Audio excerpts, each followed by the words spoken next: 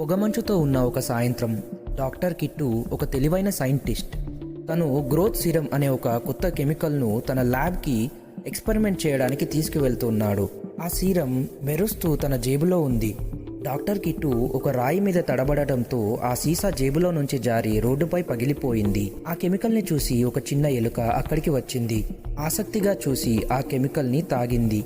కొద్దిసేపట్లోనే ఆ ఎలుక భారీగా పెరిగి పెద్దదైంది. దాని కళ్ళల్లో ఎర్రటి వెలుగులు మెరుస్తూ అది ఒక పెద్ద మాన్స్టర్గా మారింది. ఆ ఎలుక కార్లను తొక్కుకుంటూ రోడ్డుపై ప్రజలను భయపడుతూ పందెంలా పరుగులు పెట్టింది. డాక్టర్ కిట్టు భయంతో పారిపోయే ప్రయత్నం చేశాడు. కానీ ఆ ఎలుక తనను వెంబడించింది.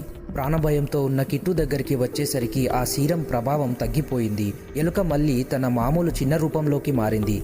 డాక్టర్ కిట్టు ఊపిరి పీల్చుకుంటూ ఆ ఎలుకను ఒక జార్లో పెట్టుకున్నాడు. ఇక నుంచి జాగ్రత్తగా ఉండాలని అక్కడి నుంచి ల్యాబ్కు వెళ్ళిపోయాడు.